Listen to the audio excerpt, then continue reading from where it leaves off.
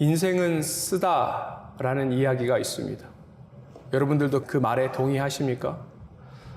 인생이 쓴 이유는 사랑도 변하고 사람들도 배신하고 우리가 가지고 있던 계획들이 무너질 때가 있습니다.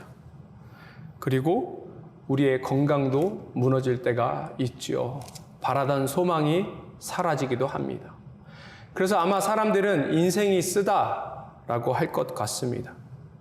근데 만약에 여러분들 가운데 이와 같이 쓰디쓴 인생을 경험하게 되고 그런 것들이 찾아올 때 어떤 반응을 하는지 우리가 한번 생각해 보았으면 좋겠습니다. 절망 앞에서 눈물을 흘리고 아파하는 것은 당연한 일이죠. 어찌 보면 이 모든 것들은 인간적이라고 볼 수 있습니다. 그런데 중요한 것은 무엇인가 하면 이 절망 앞에 눈물 흘리면서 멈추는 것이 아니라 그 가운데 웃을 수 있는가 하는 것입니다. 이거 뭐 미친 사람 아닙니까? 슬픈데 어떻게 웃습니까? 아니요, 그런 의미가 아니죠. 그 모든 것들을 초월한다라는 의미입니다. 누가 절망 앞에 웃으며 이 모든 것들을 초월합니까? 믿음의 사람이 그와 같이 할 수 있는 것입니다. 왜냐하면 그럼에도 불구하고 우리는 우리 하나님을 신뢰하기 때문에 그렇습니다. 오늘 본문의 요나의 모습을 보면 요나는 정말 최악의 상황에 처해 있습니다. 하나님의 과도한 사랑과 그 선이 싫어서 하나님 얼굴 밖으로 나가기 위해서 노력했죠. 그런데 하나님께서 그를 쫓으시고 그에게 폭풍을 던지셔서 고난 속에 처하게 하십니다. 그뿐만 아니라 지금 요나는 선원들에 의해서 자기 몸이 바다에 던져진 가운데 있는 거예요. 아마 요나가 이 상황 가운데 자포자기하는 심정이었을지도 모르겠습니다. 그런데 하나님께서 어떻게 하셔요? 요나를 준비하신 물고기 뱃속에 그대로 가두십니다. 요나는 지금 죽음이라는 최악의 상황은 모면했지만 여전히 고통과 아픔 속에 있는 거예요. 근데 이와 같이 있는 요나가 어떤 반응을 오늘 말씀을 보니까 보이고 있습니까?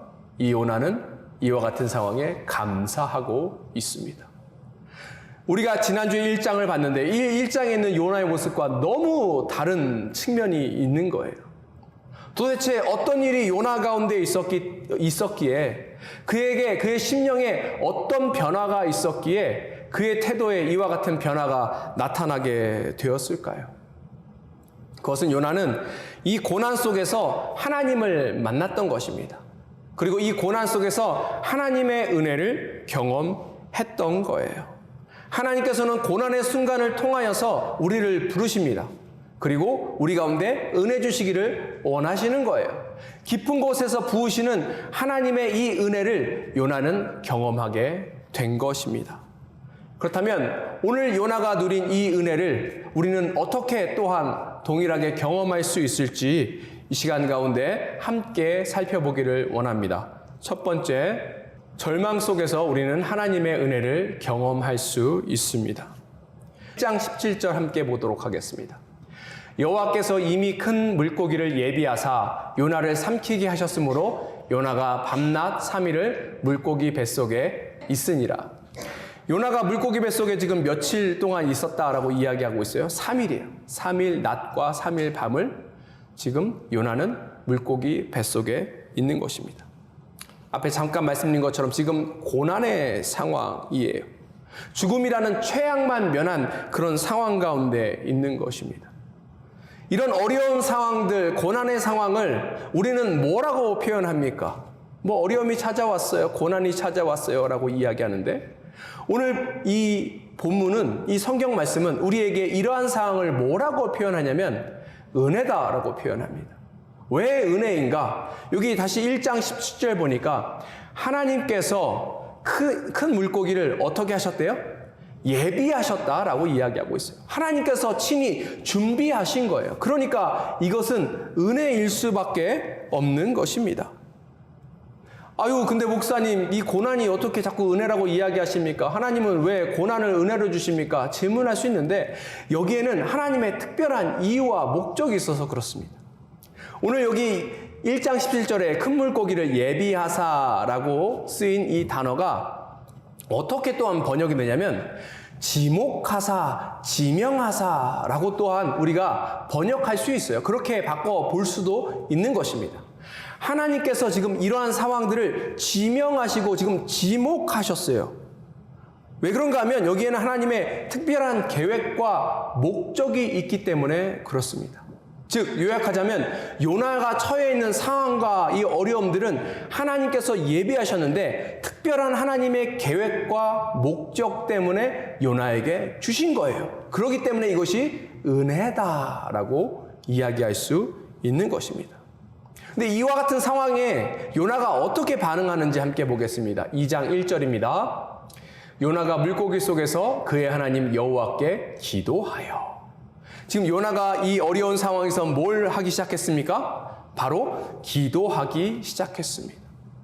그런데 지금 누구에게 기도하냐가 굉장히 중요합니다. 기도는 우리만 합니까? 기도는 믿는 그리스도인들만 하는 거예요? 아니죠. 세상 사람들도 기도합니다.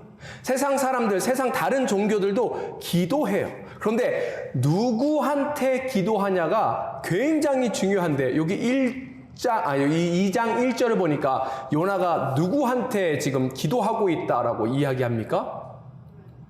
하나님께 기도하는데 누구의 하나님이에요? 그의 하나님입니다. 이것이 중요한 거예요. 요나는 요나의 하나님께 지금 어려움 속에서 요청하고 있는 거예요. 기도하고 있는 것입니다. 우리는 누구에게 그러면 어려움 속에서 기도하며 나아가야 합니까? 우리 하나님에게 기도하며 나아가야 해요. 나의 하나님께 기도하며 나아가야 하는 것입니다. 2절 한번 보도록 하겠습니다. 이르되 내가 받는 고난으로 말미암아 여호와께 불러 아뢰더니 주께서 내게 대답하셨고 내가 스올의 뱃속에서 부르짖었더니 주께서 내 음성을 들으셨나이다. 요나가 요나의 하나님께 기도하니까 어떤 일이 벌어집니까? 요나의 하나님께서 요나에게 응답하신 거예요. 왜요? 요나의 목소리를 요나의 하나님이 들으셨기 때문에 그렇습니다. 이게 저와 여러분에게 영적인 도전이 되고 또 위로가 되었으면 좋겠습니다. 우리가 깊은 그 어둠 속에서 우리 하나님께 기도할 때 우리 하나님께서 우리의 목소리를 들으시는 거예요. 그리고 우리 하나님께서 우리의 기도에 따라 그 요청에 따라 응답하여 주시는 것입니다. 우리가 이것만 그래서 바라보고 나아가야 합니다. 이것만 우리가 따르고 나아가야 하는 거예요. 그럴 때 우리 가운데 승리가 있게 되는 것입니다.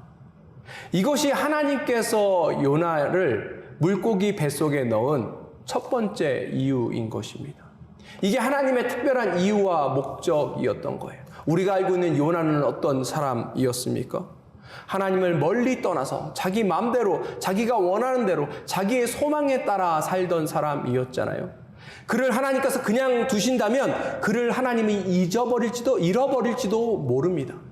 그런데 하나님께서 그 요나를 어려움 속에 고난 속에 놓으심으로 인하여 그가 간절히 그의 하나님을 찾게 하신 것입니다. 그래서 이 모든 것들이 은혜다라고 이야기할 수 있는 것입니다. 우리도 우리 하나님을 만나야 해야 돼요. 꼭 하나님 만나야 합니다. 한 번 만난 거로 충분하지 않아요. 어제 만난 하나님은 어제 그 날의 은혜로 족한 것이고 오늘 살기 위해서 또 오늘 우리 하나님을 만나야 하는 것입니다. 우리가 하나님을 만날 때 비로소 어떻게 돼요? 우리 삶에 변화가 있게 되는 것입니다. 그래야 우리 삶의 기쁨과 행복과 그 모든 것들이 가득 넘치게 되는 거예요. 그런데 제가 목회해 보니까 또 저의 연약함을 보니까 우리가 힘들고 어렵고 괴롭지 않으면 하나님께 잘 안 구합니다. 하나님의 은혜를 잘 찾지 않아요. 잘 되고 모든 것이 완벽하다, 또한 모든 것이 충분하다라고 느끼면 하나님 안 찾고 이게 다 나로부터 온 것이다 라고 생각할 때가 많이 있는 것 같습니다. 그래서 하나님은 종종 우리에게 이와 같은 어려움을 허락하시는 거예요. 절망 속에서 우리가 간절히 하나님을 찾기를 하나님은 원하시는 것입니다. 예전에 내비게이터라는 것이 있었는데 그 내비게이터 간사 중에 한 분인 제리 브리지스라는 분이 계셨습니다. 근데 이분의 아내가 오랜 기간 동안 암투병함으로 인해서 계속해서 몸이 쇠약해지고 점점 죽음 가운데 머물게 되었습니다. 아내가 죽어가는데 간절히 하나님께 기도하는데 상황과 환경이 바뀌지 않으니까 이분에게 낙심이 찾아오고 어려움이 찾아오기 시작했습니다. 근데 그때 이분이 무엇을 했냐면 간절히 주님을 찾은 거예요. 주님께 기도하며 나아갔던 것입니다. 근데 그때 아주 세미한 주님의 음성을 이분이 듣게 되는데 시편 116편 15절 말씀을 듣게 되었습니다. 그의 경건한 자들의 죽음은 여호와께서 보시기에 귀중한 것이로다. 이 말씀을 다르게 바라보면 성도의 죽음은 하나님께서 아주 귀하게 보고 계신다라는 뜻이에요. 이 말씀이 이분에게 아주 큰 위로가 되었다라고 합니다. 왜냐하면 그 어려운 상황들, 그 고난 속에 있는 그 고독한 그 상황을 하나님께서 그대로 두신 것이 아니라 그 자리에 함께 하신다는 것을 알게 되었기 때문에 그렇고, 그리고 그 일에 대해서 하나님께서 굉장히 신경 쓰고 계신다라는 사실을 알게 되었기 때문에 그렇습니다.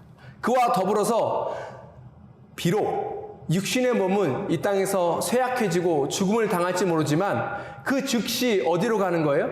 하나님 품에 안기우게 된다라는 사실을 통해서 이분이 아주 큰 은혜를 받았다라고 한 적이 있었습니다. 사랑하는 성도 여러분, 하나님께서 세상을 다스리시는 것을 믿으십니까? 진짜 믿으세요? 그렇다면 하나님께서 우리가 처한 상황과 환경도 다스리고 계신다라는 사실을 믿으십니까? 그렇죠? 그렇다면 우리가 환난 속에 있다 할지라도, 어려움 속에 있다 할지라도 두려워할 필요 없어요. 염려할 필요 없습니다. 우리가 불평할 필요 없어요. 왜요? 하나님께서 이 모든 것들을 다 다스리고 계시기 때문에 그렇습니다. 하나님의 그 은혜를 이 시간 가운데 우리가 그래서 누리며 나아갔으면 좋겠습니다. 간절하게 우리가 우리 하나님의 이름을 부르며 나아갔으면 좋겠습니다. 그때 하나님께서 우리에게 풍성한 은혜를 주실 것입니다.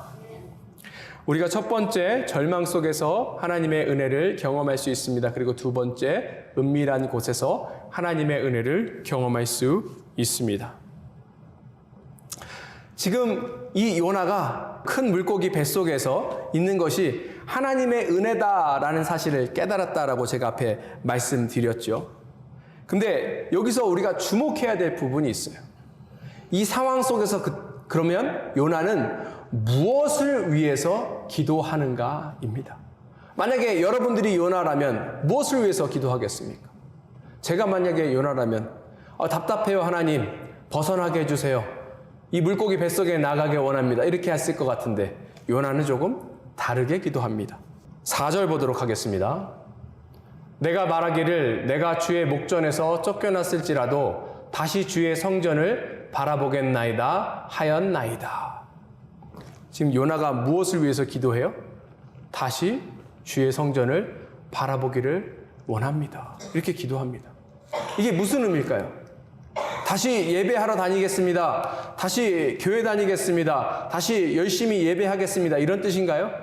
그런 뜻이 아니고 요나가 하나님의 은혜 밖에 있기를 원했었는데 이제는 그 하나님 은혜 속에 거하길 원합니다라고 고백하고 있는 거예요. 하나님의 얼굴을 보길 원합니다. 하나님과 친밀한 교제를 하길 원합니다라고 지금 이야기하고 있는 것입니다. 보세요. 요나 안에 있는 열망이 지금 바뀐 것을 우리가 알 수 있습니다. 우리가 지난 1장을 통해서 바라본 게 뭐예요? 요나는 그 안에 영적인 우월감이 있었어요. 나는 하나님의 선지자인데. 그리고 이스라엘만 하나님의 은혜를 받아야지 왜 이방 민족들이 하나님의 은혜를 받는가? 하나님의 관심을 받는가? 그런 것들이 싫었습니다. 그 안에 욕망이 있었어요. 저 나라가 무너졌으면 좋겠고 망했으면 좋겠고 하나님께서 큰 심판, 불의 심판을 내렸으면 좋겠다. 그런 마음도 있었고 또 그러한 바람 때문에 하나님께서 그와 같이 하지 않으신다라고 말씀하시니까 하나님 눈밖을 피해서 멀리, 하나님으로부터 멀리 가려고 했던 그런 사람이었습니다. 근데 이제는 뭘 한다는 거예요? 하나님 존전 앞에 서기를 원한다. 하나님 바라보기를 원한다. 하나님을 교제하며 나가길 원한다. 라고 지금 이야기하고 있습니다. 얼마나 놀라운 변화입니까? 사실 이것은 저와 여러분들과 같은 예배자들이 취해야 할 그 행동이고 그 마음입니다. 시편 27편 4절 보겠습니다. 내가 여호와께 바라는 한 가지 일 그것을 구하리니 곧 내가 내 평생에 여호와의 집에 살면서 여호와의 아름다움을 바라보며 그의 성전에서 사모하는 그것이라. 여러분도 이와 같은 열망이 있었으면 좋겠습니다. 무엇을 하나님께 구하며 무엇을 받으려고 노력하십니까? 우리 인생에 무엇을 얻기 위해서 우리는 열심을 다해서 나아가고 있습니까? 오늘 이 시편의 기자처럼 우리도 만약에 한 가지 하나님께서 우리에게 소원을 주시고 그것을 허락하신다면 우리가 평생 주님과 함께 예배하는 예배자로서 주님이 주시는 그 은혜와 그 풍성한 사랑과 그 안에서만 거하길 원합니다. 라는 고백이 있었으면 좋겠습니다. 이것이 굉장히 중요한데 왜 중요하냐면 이 하나님과 인격적인 이 교제가 항상 우리 가운데 있을 때 이것이 우리의 신앙을 지켜주기 때문에 그런 거예요. 우리가 조금이라도 하나님으로부터 벗어나고 이와 같은 은혜를 얻지 못하면 우리는 조금씩 하나님으로부터 멀어지게 됩니다. 이것이 영적인 신비이고 이것이 바로 영적인 일이라는 거예요. 다시 요나의 삶을 돌아보며 나아갔으면 좋겠습니다. 요나는 선지자였어요. 하나님의 선지자입니다. 근데 요나가 하나님을 떠나갔다라는 말은 엄청 충격적인 일이죠. 그렇지 않습니까? 그냥 일반 성도가 하나님을 떠난 게 아니라니까요. 선지자가 하나님을 떠났어요. 어떻게 그럴 수 있을까요? 그런데 그런 일이 종종 찾아온다라는 거예요. 디모데후서 4장 10절 보도록 하겠습니다.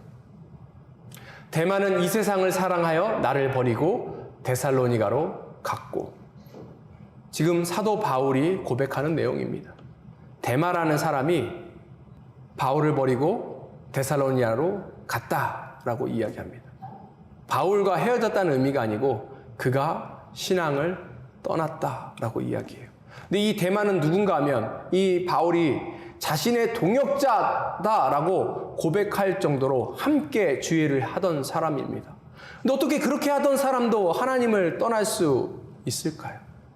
이것이 가능한 일입니까? 네, 가능한 일이에요. 왜요? 자신도 모르는 사이에 영적인 누수가 일어나서 은혜를 조금씩 잃어버리고 그러다 보니까 그 마음 속에 하나님이 아니라 세상이 자리 잡기 시작했다는 거예요. 그래서 세상을 사랑했다라는 거예요. 그 결과 하나님 일에 힘쓰던 동역자도, 바울의 동역자도 세상으로 떠나가는 거예요. 하나님이 지목하신, 하나님이 지명하신 선지자도 그렇게 세상 가운데 떠나가게 되는 것입니다. 여러분들은 어떻습니까? 여러분들의 삶은 어때요? 여러분들의 영적인 삶은 어떻습니까? 우리 안에 혹시 영적인 누수가 일어나고 있는 것은 없는지 이 시간 가운데 철저하게 점검하며 나아갔으면 좋겠습니다. 우리가 이것을 막지 않고 그대로 내버려 둔다면 우리도 머지않아 이 요나와 같은 일을 겪을 수밖에 없고 데마와 같은 일을 겪을 수밖에 없다는 사실을 기억하며 나아갔으면 좋겠습니다. 우리가 결단하고 그래서 헌신하며 나아갔으면 좋겠어요. 그런데 고백하고 네 이렇게 하겠습니다. 네 앞으로 이렇게 하겠습니다. 라고 이야기하는 것은 충분하지 않아요. 이런 것이 우리의 삶을 보호하지 못합니다. 예배 시간에 나와서 은혜 받는 것, 말씀 보면서 은혜 받는 것, 기도하면서 은혜 받는 것 너무나도 좋아요. 그런데 그러한 순간이 우리의 영적인 삶을 계속해서 보호해 주진 않는다는 거예요. 더 중요한 것은 무엇인가 하면 우리가 그와 같이 고백했으면 그와 같이 헌신하며 나아가는 것이 중요한 것입니다.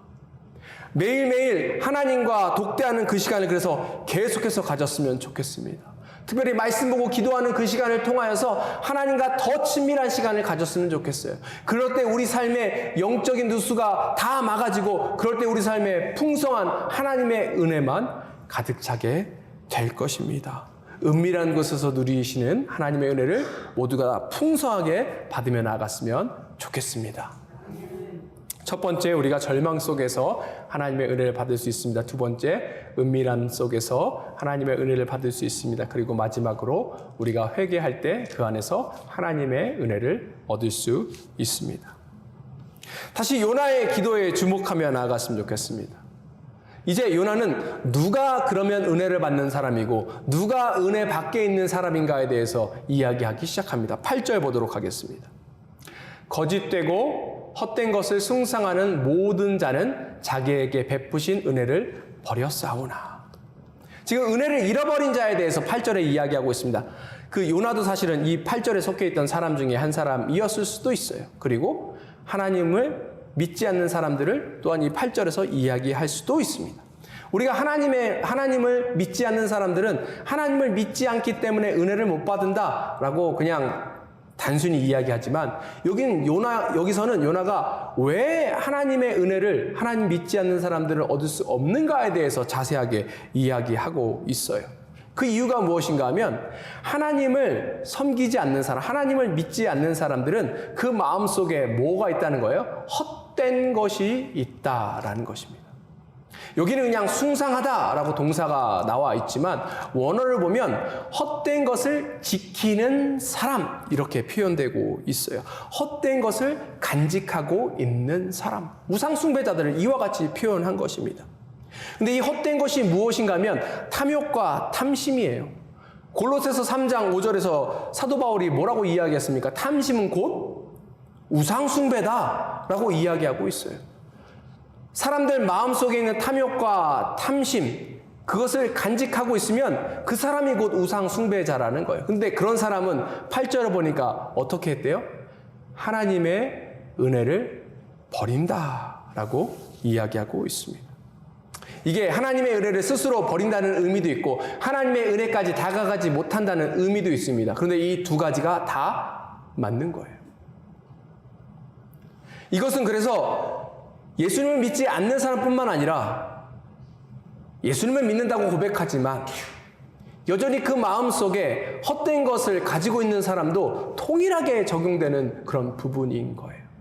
왜, 무엇 때문에 도대체 우리 삶에 하나님의 은혜가 끊기고 하나님이 없는가? 어쩌면 그 마음속에 헛된 것이 가득하기 때문에 그럴 수 있겠다라는 것을 우리가 알 수 있는 것이죠. 그렇다면 이 요나의 기도를 통해서 누가 그렇다면 은혜를 얻는가에 대해서도 함께 보기를 원합니다. 9절 보도록 하겠습니다. 나는 감사하는 목소리로 주께 제사를 드리며 나의 서원을 주께 갚겠나이다. 구원은 여호와께 속하였나이다 하니라. 누가 은혜를 받는 거예요? 하나님 앞에 감사하는 자입니다. 그런데 이 감사로 끝나는 것이 아니라 서원을 주께 갚는 자예요. 이 서원이 무엇입니까? 하나님께 드린 약속이잖아요. 이것을 이렇게 거창하게 예전에 성경에 있는 인물들이 서원해서 자식을 드리고 이렇게 생각하지 마시고 단순히 하나님 앞에 약속한 것이라고 그냥 단순하게 우리가 생각해도 좋습니다. 우리가 하나님 앞에 은혜를 받고 하나님의 은혜를 체험하고 나면 우리가 하나님 앞에 고백하기 시작해요. 하나님, 그전까지의 제 삶이 잘못되었네요. 그러면 이젠 앞으로 이와 같이 살겠습니다 라고 고백을 하잖아요. 그런데 그 고백에 멈추지 말고 어떻게 하라는 거예요? 그와 같은 삶을 살라는 것입니다. 즉 회개하는 삶을 살라는 거예요. 하나님 믿기 이전에 당연히 세상 사람들은요, 세상의 가치관에 따라서 살 수밖에 없는 거잖아요. 그렇지 않습니까? 세상이 따르는 그 길로 나아갈 수밖에 없는 것이고 세상이 귀하다고 여기는 것을 당연히 얻기 위해 나아가는 거예요. 그런데 이제 하나님의 은혜를 깨닫고 하나님 나라의 가치관을 가진 사람들은 어떻습니까? 이제 그것이 바뀐 것을 알기에 그 자리에서부터 벗어나서 하나님이 원하시는 하나님의 뜻 가운데로 나아가게 되는 것이죠. 이것이 회개의 삶 아닙니까? 이것이 서원을 갚는 삶이에요. 이것이 하나님께 약속하고 그 약속을 갚은 삶이 되는 것입니다. 사랑하는 성도 여러분, 다시 한번 우리의 삶을 되돌아봤으면 좋겠습니다. 한국 속담에 재밌는 속담 많은데 이런 속담이 있어요. 화장실 들어갈 때 마음과 나올 때 마음이 다르다. 그런 경우 많죠. 하나님, 이번만 살려주시면, 이번에 은혜만 주시면 내가 이것도 하고 저것도 하고 저것도 하고. 그 마음이 거짓이 아닌 것은 압니다. 다 이해합니다. 그리고 우리가 하나님 앞에 다 할게요 못할 수도 있어요. 근데 중요한 것은 뭐라는 거예요? 우리가 하나님 앞에 고백하고 하나님 앞에 결단하고 나간 그것은 꼭 우리 삶 가운데 드러날 수 있게 우리가 이렇게 해 나가야 한다는 것입니다. 우리가 헌신해야 되는 거예요. 인생의 방향이 바뀌어야 하는 것입니다. 그럴 때 우리 삶에 하나님의 은혜가 더 풍성하게 넘칠 줄 믿습니다. 여러분들 혹시 하나님 앞에 약속하고 하지 못한 것 있으세요? 이 시간 가운데 다시 한번 결단하며 나갔으면 좋겠습니다. 위기 속에서 하나님께 드린 약속이 있는데 그 약속이 아직도 유효하십니까? 이 시간 가운데 다시 한번 결단하며 나아갔으면 좋겠습니다. 만약에 미루고 있는 것이 있다면 그 모든 것들을 내려놓고 온전히 하나님 앞에 나아가는 우리 모두가 되었으면 좋겠습니다. 말씀을 마무리하고자 합니다.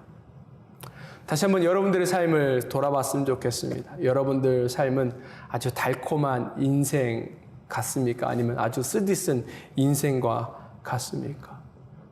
만약에 우리가 쓰디쓴 인생을 지금 지나가고 있다라고 느끼신다면 이 시간 제가 소개해드리는 이 바울의 이야기를 통해서 위로를 얻었으면 좋겠습니다. 사도 바울이 복음을 전하다가 아주 억울한 일을 많이 경험합니다. 매 맞기도 하고요. 그 다음에 사람들에게 욕을 먹기도 합니다. 그러다가 감옥에 갇힌 적이 있어요. 아주 깊은 감옥에 갇혔고 그 두 발에는 착고가 차여져 있는 그러한 상황입니다. 아마도 그 다음날 되면 이 사도 바울은 처형당할지도 모르는 그러한 아주 어려운 상황이었습니다. 그런데 그와 같은 상황에 바울은 무엇을 했을까요? 이런 극한의 절망의 상황 가운데 바울은 무엇을 선택했을까요? 이 한밤중에 바울은 하나님 앞에 기도하고 하나님 앞에 찬양했습니다. 어떻게 그렇게 할 수 있었을까요? 그는 사도 바울이기 때문에 그렇게 했습니다 라고 이야기할 수도 있지만 아니에요. 사도 바울이어서 그렇게 한 것이 아니라 하나님을 온전히 신뢰하는 그러한 사람이기 때문에 그와 같이 할 수 있는 것입니다. 사랑하는 성도 여러분, 진정한 믿음은 무엇인가 하면 환경이 아닌 하나님을 신뢰하는 태도예요. 좋을 때 좋게 반응하는 건 누가 못합니까? 그런데 중요한 건 무엇인가 하면 이와 같은 절망적인 상황에도 과연 그럼에도 불구하고 우리가 하나님을 신뢰할 수 있는가? 이것이 우리가 생각해야 될 그러한 문제입니다. 인생이 쓰다고 다 끝난 게 아니에요. 하나님의 역사가 그 가운데 시작되기 때문에 그렇습니다. 절망적인 순간에 찬양하는 사람들은 반드시 하나님의 은혜를 경험하게 될 것입니다. 이 시간 이 모든 은혜를 우리가 모두 경험하며 나갔으면 좋겠습니다. 함께 기도하겠습니다.